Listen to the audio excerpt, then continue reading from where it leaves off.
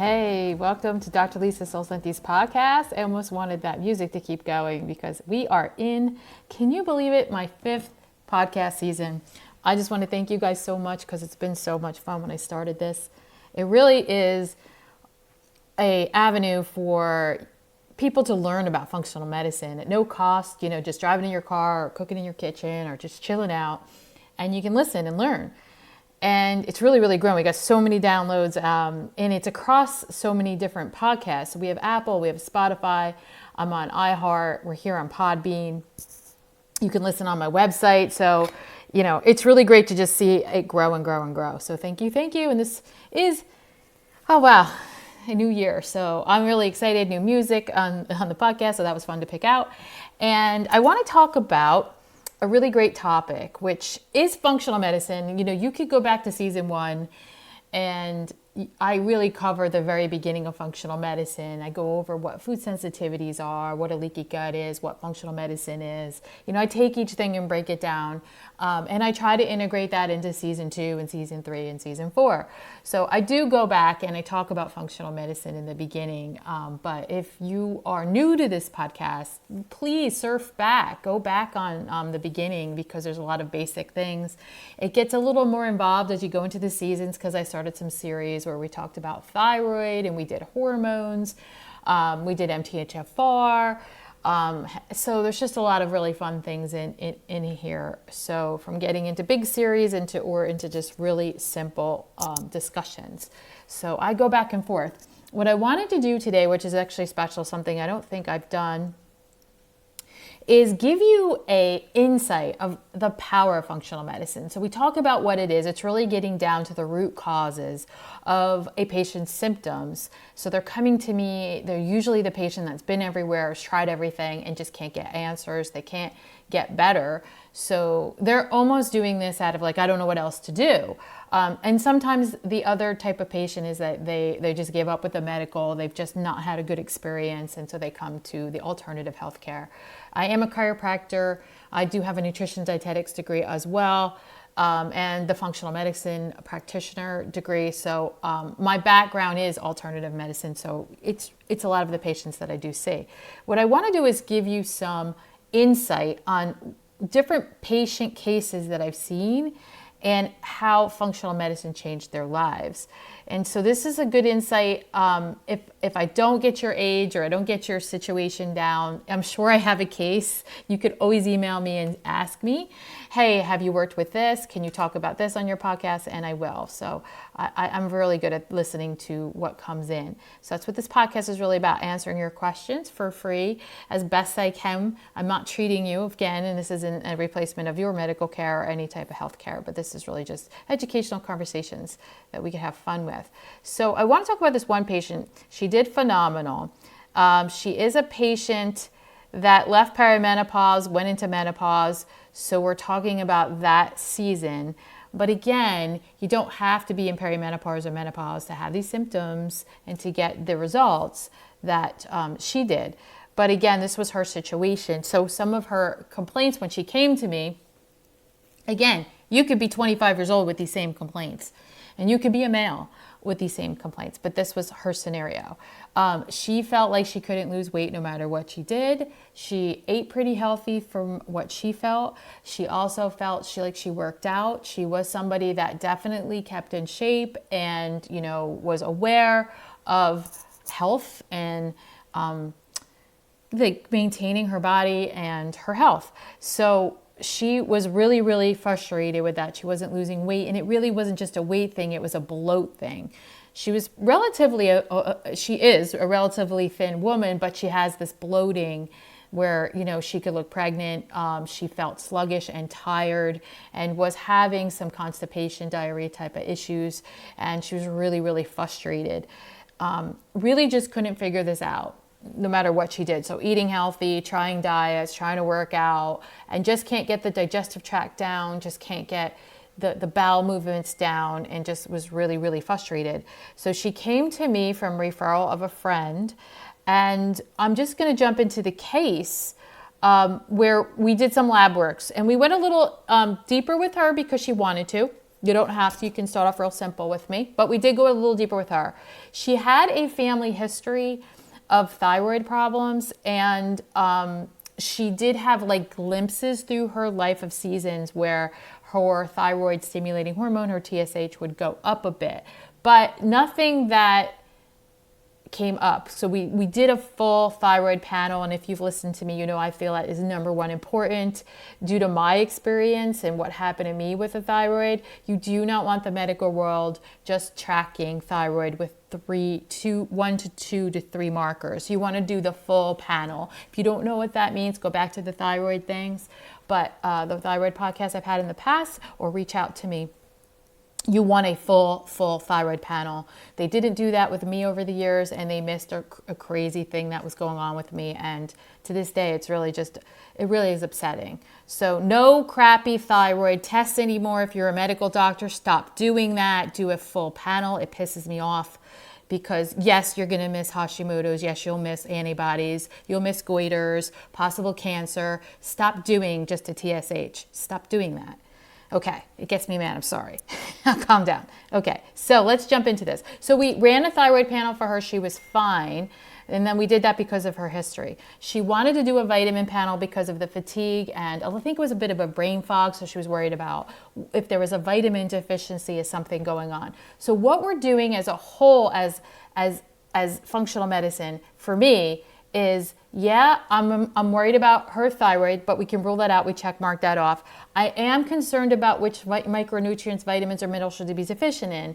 And I'm going to get back to that, but it's not my most important thing because, hear me out here, and this is what I told her, if you have a gut issue, if your gut is inflamed, if your gut isn't absorbing the nutrients properly, if we have an AKA leaky gut, you might be stuck with detoxifying toxins, getting rid of things, eliminating things, converting things into forms that you need to poop out. You might have a detoxification issue. You may also have an inflammatory gut, which is really a leaky gut. So yes, you might have some vitamin or mineral deficiencies, but they're going to still exist no matter how many supplements I give you if I don't get down to the root cause of the leaky gut and the inflammatory gut and the gut that's not working properly. So what I really jumped into was her food sensitivities, and I went in and I tested to see if she had a leaky gut, and I wanted to see if there were any foods, because this is your digestive tract. Your gut is, the main job is to break down your food, pull out all the vitamins that you eat, and keep all the good stuff, right? Absorb that, get that into the bloodstream, send that out to the organs and the cells, and get rid of the bad stuff or the stuff you're just not going to eat, like undigestible fiber. So that's the whole purpose of the gut, right? Absorb the good things, get rid of the bad things. Just remember that in season 5, that's going to be our main theme. Absorb the good things, get rid of the bad things.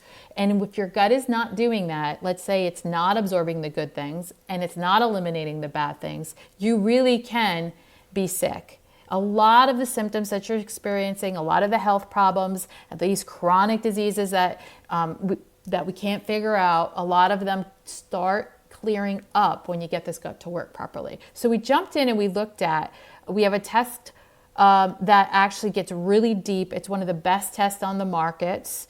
And it gets into wheat and gluten. So it looks at celiac, but then it looks at what's called non-celiac gluten disorders. And this is really the number one thing that's going on in the United States right now. I can't say about the rest of the country because our wheat is really poisoned. It's really adulterated. It's sprayed. We have genetically modified seeds. We're starting to bioengineer our food. So a lot of the foods in the United States is really, I guess at this point, I'm going to say poisonous.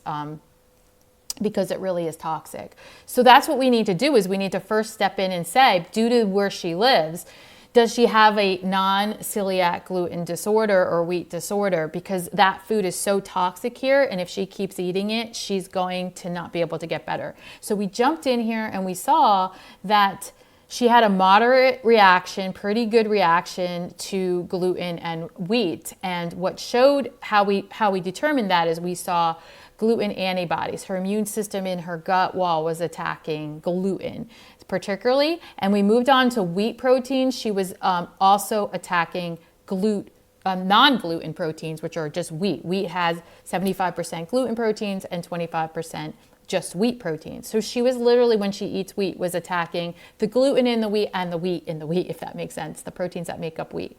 So she really had a high level of a reaction to wheat in general, gluten in general. So we had to get her off of that. That was the number one thing we had to do to get down any kind of inflammatory reaction. When the gut is attacking something, such as wheat or gluten, it gives off inflammatory particles called cytokines. And you're going to have these things called interleukins, and they can be very, very damaging. They can destroy the gut wall. They can get this gut to not absorb your nutrients. They can get out into the bloodstream and cause inflammation in the body. They are sometimes the root cause of these inflammatory chronic illnesses, autoimmune disorders, diseases, things like that. So you have to look at that, and you've got to be able to say, all right, this needs to come out. We did go a little further with her and see if she had any other things coming out of the gut wall, but she did great there. And we did look at her leaky gut. We'll look at these things called actin and zonulin. They're proteins in the gut wall. They keep the gut wall really tight and strong, and they're the gatekeepers. They decide what leaves. So if actin and zonulin are getting damaged, this is where we see the gut not working properly. We're going to know if we see antibodies to actin and zonulin, we see damaged actin and zonulin, we know the person has a leaky gut. We know we have a compromised gut. So she had a problem with both actin and zonulin. So we diagnosed her, or we told her she has, a moderate leaky gut and has this moderate reaction to wheat and gluten. And so one of the steps was getting her off of wheat and gluten for 90 days, not like hardcore, and gave her a list of foods she could eat. And I cross-reacted what she could eat to her food sensitivity test, which is the next test we ran, which is 180 tests. And we're seeing if her immune system in her gut is attacking other foods. If she's getting a high reaction, this is inflammatory. This is also letting out more cytokines and more inflammatory particles. And so this reaction is also going to give out histamine. So a lot of times when you have these allergies that are chronic, when you have, you get sick a lot, when you're reacting to a lot of type of allergens, or you might be perfumes, or it might be scents, when you get into like this histamine problem, a lot of it's coming from the gut. The gut is 20-something feet long, and so if it's constantly releasing histamine due to the fact that you're eating a food, every time you eat the food, your body's attacking it. You don't know that, so you keep eating the food. And so you get into this this kind of cycle where you're, like it happened to me. I was eating oats, and I didn't know oats were not good for me. So I was eating them, and every time I was eating them, my immune system in my gut was attacking them, giving off histamine. So now maybe I have that phlegm, or you might have a little asthma, or you might have allergies, or you might start having skin issues. So a lot of these allergies that you're running around giving yourself medications and creams on your skin and all this stuff are coming right here from the immune system in the gut attacking the food. So we run 180 foods. You also, you could run 94, but I like the 180 panel just because it's a great deal. And why not? Why not just see what your body can handle and cannot handle? She had high reactions to things like pistachios. She had poppy seeds. She had some really big reactions to some milk things. So she did have buffalo milk and kefir. She had high reactions to the main protein in dairy, which was beta casein. So that was an issue for her. We had to talk about the dairy. We had to go through all the dairy family and see what she could and cannot have. So that was a whole big thing we did, and we worked that out. She also had some crazy reactions to like avocados and eggplant, and I think it was something like pineapple, if I'm not mistaken. So these were certain things that when we went through these numbers, they come out in red on the test, and we're like, whoa, we need to start pulling these out. So not only did the gluten and the wheat come out, but she had about 8 other foods that were in the red, really, really, really high reactions. Again, it's going to be high histamine, high interleukins, cytokines. So we get them out. We're getting out this tornado in the gut, right? so we can heal or repair. We don't do it actually, the body repairs and heals itself, but we're going to help support the body repairing the gut wall and getting this gut to work better. It's the number one thing you do. So if you have mold or if you have parasites, I'm on social media and I see all the parasite stuff. Oh my gosh, I can't even tell you, right? And honestly, people, I find a lot of things. Parasites is one of them, but I find E. coli in a lot of people overgrowths. I find strep and staph overgrowths. I find candida and yeast overgrowths. I find a lot of things. It's not just parasites. And I do find mold, yeah. I have a patient I want to talk about that in the season with you. But you really can't detox any of those. I see these girls, I see these huge Instagram pages where they're selling you zeolite, or fulvic acid. Okay, we get it. They're binders. They pull things out, but they don't actually do much if the gut can't detoxify itself. You're not detoxifying the body. The gut and the liver are detoxifying the body, or they're conjugating. What that basically means, and I want you to learn from this podcast, this one thing right here, is the liver's job is to convert something that it can't just poop or pee out. So it's not safe in the form it's in. So it's got to convert it to a safe form. So it could be something like estrogen. It could be something like cholesterol. Yeah, and it could be something like a heavy metal. It could be something bad, but the liver has to convert it, and they call conjugate it, right? And this is that whole detoxification pathway. And yes, there's things that can interfere with this. You need to methylate, you need sulfur groups, you need glutathione, you need to have, your vitamins, your B vitamins. Yes, there's lots of things that have to go on here to help the liver do this. But the bottom line is you're converting something that cannot just be eliminated in the body to a water-soluble thing so it can be sent to the gut and the gut can eliminate it. Now, when it gets to the gut also is, right, it's also pulling things out of the food, so it also has the same similar job where it's going to help eliminate toxins, things that, could be estrogen, right? It could be anything that's just in excess of the body, but it could be these molds, it could be these parasites, it could be these things that we all kind of know aren't so friendly. But here's the thing, most things live symbiotically in the body, or the body just knows to get rid of it.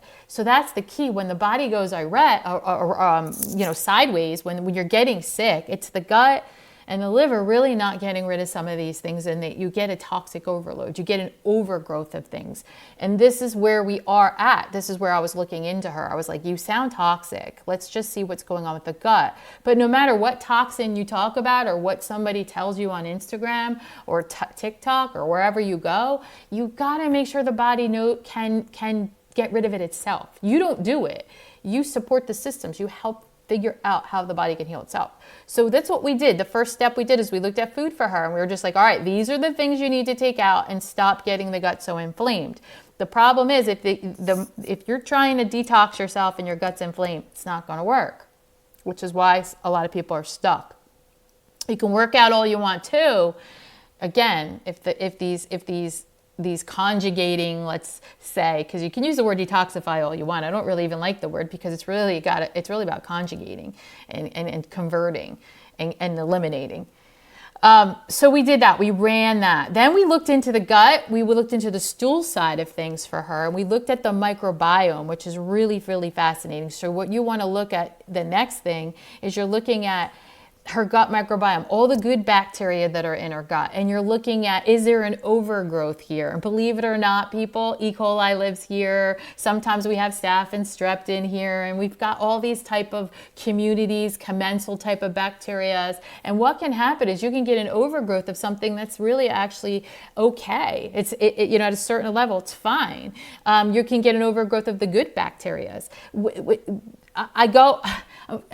I go at sometimes the medical world with this because they don't understand this part. You can get an overgrowth of good bacteria, or bacteria can live within you at a very, quiet rate. You have yeast in you, but if it's living symbiotically there, it's fine. It's just when you have an overgrowth. Think of a beautiful garden and you're trying to grow vegetables. And if you've got pests in there, yeah. But if they're there at a very minimal rate, they actually add to the garden. They add to the compost, right? And if you have weeds in the garden, yeah, if they start overgrowing in the garden, they can actually damage the flowers. They can overtake, right? You also could have, however, if you're growing a garden, let's say you have tomatoes and you have peppers and you have zucchinis, right? And they're all growing beautifully and they're commensal. They live together and they're all good things. But let's say the tomato family starts overgrowing the garden and you get an overgrowth of tomatoes. They're going to start choking out the, zucchinis, and you're not going to get enough zucchinis. So you can have a microbiome. You can have a commensal community of good bacteria. These are your probiotics. And this can be what the fancy word is, a dysbiosis, a gut dysbiosis, meaning that some of these families are overgrowing and some of them are suffering. So you can look at good things you've been born with and be like, why are there too many of this? Why is this family getting out of control? And why is this family suffering? And that's the job of matching. What our stool test is, it looks at your microbiome and it looks at which ones are overgrowing, which ones are not growing enough. And what it does is it matches the right probiotic up. So we start feeding that and balancing that out. You have to do that if you want your gut to be able to eliminate properly, conjugate, convert, detoxify, whatever word you want to use, right? And hopefully start absorbing your good stuff, right? So again, when we go back to this patient where she wanted me to test her vitamins, I was like, yeah, we can do that, but there's going to be things deficient if the gut's not working. So we got to get the gut work properly before we fix your deficiencies. So when we got into her gut, that's what we did. We found her right probiotic and we matched her up with that. We got her off the inflammatory foods. Check. 1, 2. Third thing was to look at what else is going on in here. What else is this stool test telling us? What's her gut telling us? She actually did not have any parasites. She did not have any invasive or pathogenic things growing out of control. She just had this imbalance, and definitely she had some good things out of control, but she didn't have something like, let's say, a parasite. She didn't have E. coli. She didn't have salmonella, stuff like that. We didn't have an overgrowth of yeast. That's what I was trying to say. But she did have a dysbiosis, so we matched the right probiotic to fix that. What she did have was she had actually low amount of prebiotics. So these are short chain fatty acids that help feed the good stuff. So we had to get that fixed. We had to help her include natural prebiotics into her diet. I put her on a supplement very shortly, but I taught her what foods to eat to include natural prebiotics. And we had to get the gut, as she's eating the foods, is to actually grab the prebiotics and be able to break them down, ferment them, and get them to feed the probiotics. So that was a trick there too. What we did see, which was really super concerning for me, because she had a history of breast cancer and thyroid problems, and so that's all hormonal, was we saw something that's called beta-glucuronidase, and it's an enzyme that can interfere with the breakdown of the toxins and the hormones and even medications in the gut. And this is super serious. If you have a problem with the beta-glucuronidase in your gut, that's going to be telling me that your gut cannot or is not breaking down these things it should be breaking down. Could be estrogen, again, could be mold, could be toxins, right? They should be breaking things down and eliminating them. Let me give you an example, and I'm going to use cholesterol, or we could use estrogen. You can put anything you kind of want in the story. What's going to happen is if you're making too much of something, or if you're taking in too much of something, the liver and the gut are going to actually, convert it into something where it can be eliminated. So you're going to get it into a form where you can poop it out, pee it out, sweat it out, whatever. But when your body doesn't do that, it gets recirculated back into your system, which is why you have estrogen dominance, excess estrogen, or you have excess cholesterol, or you've got parasites floating around, or you've got, these problems, right? So this is where the cancers come into play, because, they're inflammatory based, they're toxin based, right? And so whatever you've got this high toxic load in your body, it's a problem. So when I see this, which we did with her, which was she was just so thrilled to find this, because we can go and we can test for estrogen dominance with her. And if she wanted to continue with me, she could actually go even deeper in functional medicine, and she can do what we call a hormone test. We have a huge hormone test. And it's a zoomer. What it does is it will actually test all the end products of your hormones as they get it's a urine test, so you're peeing it out, and they'll look at all the end products of the pathways. So what's really interesting is if we see high beta glucuronidase, we want to make sure the hormones particularly are being eliminated in a safe manner. So the urine, the hormone test can tell me, is this getting recirculated back into the system, possibly going to the breast receptors, or is it going to the uterus?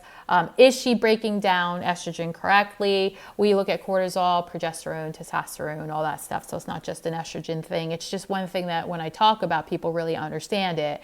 Because when breast cancer is estrogen based, it's right here. It's a liver and gut issue, right? It's just not getting eliminated. So, and here's the crazy thing: when you go through breast cancer, they give you an estrogen blocker. 5 years, you've got to be on this pill, so you can't, get any estrogen in your body. And then they're like, "Oh, you're cancer free, yay!" But nobody ever, and I get pissed off with this because you medical people, come on, did you ever stop to think what's the cause of it?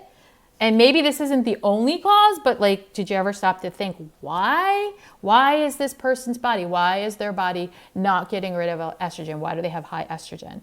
And if you're going to tell me that's just genetics, all right, which gene? What's up? Because, MTHFR is actually a gene that if you guys would test and insurance companies would pay, we could actually say, yeah, there is a gene. If the person is MTHFR, we need to actually help support the body's system to detoxify because MTHFR interferes with that. So yeah, could be genetic for sure. I agree. So this is what we did with her. And so she was super, super happy because an increase in this enzyme can actually create potential carcinogens in the gut and increase the risk of cancers, right? So if you decrease this by establishing this healthy gut microbiome and we get the leaky gut to actually reverse, we help also eat a diet that's going to help be therapeutic to the gut. And you could also eat things like apples and Brussels sprouts and broccolis and cabbage and oranges and things that are going to support the liver and gut detoxification. We also want to look into, helping build that immune system and that gut microbiome. Here we go. So we also saw in her stool that she was had antibodies to gluten, and she had antibodies to zonulin. So we saw the gluten sensitivity and we saw the leaky gut in her stool and in her blood. So this was really her. I mean, this was really it. I know I'm going a little bit longer, so I apologize. I tried to keep these in always a 20-minute snippet, but this is such a great case. I will wrap this up after this. She did have me run a heavy metal test, and she was high in aluminum, arsenic, and lead. So again, why would she be? Why? Think about it. Now we could look, and I can sit down with her and say, let's look at your fish bowl. You're the fish. What does your fish bowl look like? Where in your life could you be getting too much estrogen? Where in your life could you be getting too much lead, arsenic, or aluminum? So we can go through those things, and we can look at hormone disruptors too. So we could do that. We could look at her home. We could look at her lifestyle. But why? Why would she have a dysbiosis? Why would her gut microbiome be off? Why would she have these overgrowths, right? Why would she be reacting to gluten and wheat at such a high level, where we see it both in her stool and her blood, right? And why would she have this toxic problem? Why is she not eliminating the toxins, right? So these are the things we are working on with her. So she went through the program, she went through everything, and she followed everything. And she did such a great job. I was super, super proud of her. And it worked for her. The symptoms she came in with, the bloating's not there. She doesn't look pregnant. She's finally working out and getting results. She eats healthy. She ate healthy to begin with. So that wasn't really hard for her to just make some changes to help support the detoxification system. And so our goal with her was to get the gut to work properly. I know it sounds so simple on this whole big podcast I just said, but getting her to work, the gut to work properly. So you have to start there. You have to say, what are the food sensitivities testings? And if you've worked with me and you wouldn't let me food sensitivity test you, I would say come back and do it. Just stop fighting it. Stop fighting it, because that is a huge part of your gut. Is the job is when you eat food, hopefully you're eating healthy food, and it can pull all the vitamins and the minerals and the antioxidants out and all the things you need to be healthy. That's the number one thing. If you're eating healthy, you're giving the body all the healthy things it needs. The second thing is to make sure that the gut is absorbing those, and then of course eliminating any bad things that you come across. So that's that's the whole point of functional medicine, really. It's right there. You can chase symptoms, you can chase lab works, you can run around like crazy with supplements and lab works, but you really want to get to the crux of you. And I hate the word detoxification because it's really, really it's just really just not that. I hope I got that across to you guys. This was a really great case. So, she doesn't look pregnant anymore. She doesn't got the bloating. She's starting to, tone up nicely, and the menopause isn't miserable for her. She's actually doing great. And it's just amazing. She's just super, super happy. And I will have her soon be writing a testimonial so I can get it up on my website. I'd love to share another one with you. So in my next podcast, I'm going to share, I think I'm going to share a child one. I'll go into a child case so you guys can hear about the kids. So we'll do that. But thank you so much, and keep into this really new year. I wish you all a good upcoming year. It's going to be fun.